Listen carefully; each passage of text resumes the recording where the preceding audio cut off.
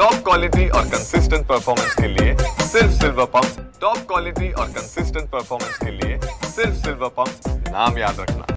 केवळ झटका मटन, औरंगजेबाची कबर आणि कामरा या सगळ्या मुद्द्यांवरती आंदोलन अधिवेशन गाजलं अशी टीका केली। मला वाटतं पूर्णपणे निष्प्रभ अशा प्रकारचा विरोधी पक्ष या वेळेला दिसला। कुठल्याही विषयावर त्यांना सरकारला जेरीस आणता आलं नाही, कोंडीत पकडता आलं नाही। सर्वसामान्यांच्या प्रश्नांवर जाब विचारणं, सभागृहाचं कामकाज चालवून सरकारवर टीका करणं, जनतेचे प्रश्न सोडवून घेणं हे खरं म्हणजे विरोधी पक्षाचं काम असतं।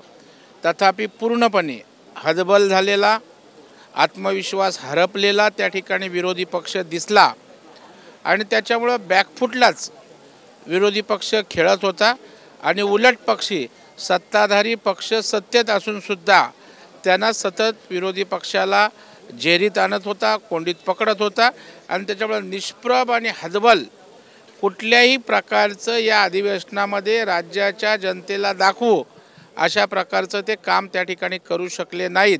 त्याच्यामुळे सपशेल अपयशी अशा प्रकारचा विरोधी पक्ष महाराष्ट्राने पहिल्यांदाच पाहिला। कुणाल कामरानं जी कविता केली तीच कविता सुषमा अंधारेंनी म्हटली। तुम्ही विधान परिषदेमध्ये याबाबत हक्कभंग प्रस्ताव सुद्धा मांडलाय। नाही, विधानसभा असेल, विधान परिषद असेल, विधिमंडळाची एक वेगळी गनिमा आहे आणि त्याच्यामुळे ती राखली गेली पाहिजे। आणि जर राज्याचे मुख्यमंत्री उपमुख्यमंत्र्यांचा जर त्या ठिकाणी अपमान होत असेल तर त्या ठिकाणी तो विधिमंडळाचा अपमान आहे, त्या सभागृहाचा अपमान आहे। आणि जर जनतेनं लाखो जनतेनं निवडून दिलेले प्रतिनिधी त्यांचं असलेलं विधिमंडळ तिथल्या असणाऱ्या पदाधिकाऱ्याचा अपमान जर त्या ठिकाणी प्रतिनिधीचा होत असेल तर मला वाटतं की तो संविधानानं दिलेल्या त्या विधिमंडळ सभागृहाचाच अवमान आहे अधिकारांचा।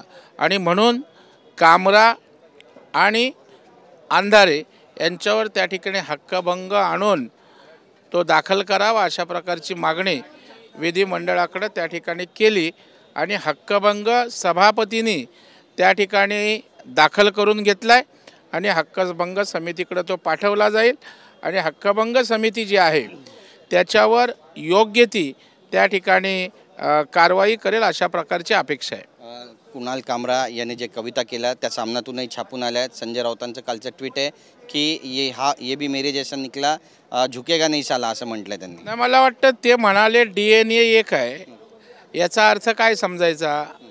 त्याच्यामुळे मला वाटतं की संजय राऊत आणि त्यांचे संबंध सगळ्यांना माहीत आहेत, रात्रीच्या बैठकाही त्यांच्या होत असतात आणि त्याच्यामुळे त्यांनीच स्वतः सांगितलं आहे की माझ्या विचाराशी सुसंगत एकाच DNAचे आम्ही आहोत आणि त्यामुळे संजय राऊतांसारखंच त्या ठिकाणी ते बरळलेले आहेत आणि त्याच्यामुळे त्यांच्या बरोबरीचं असल्याचं सिद्ध झालं।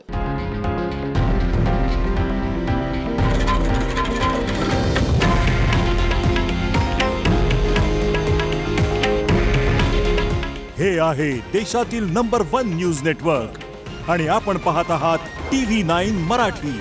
काळजी तुमची, हित महाराष्ट्राचं।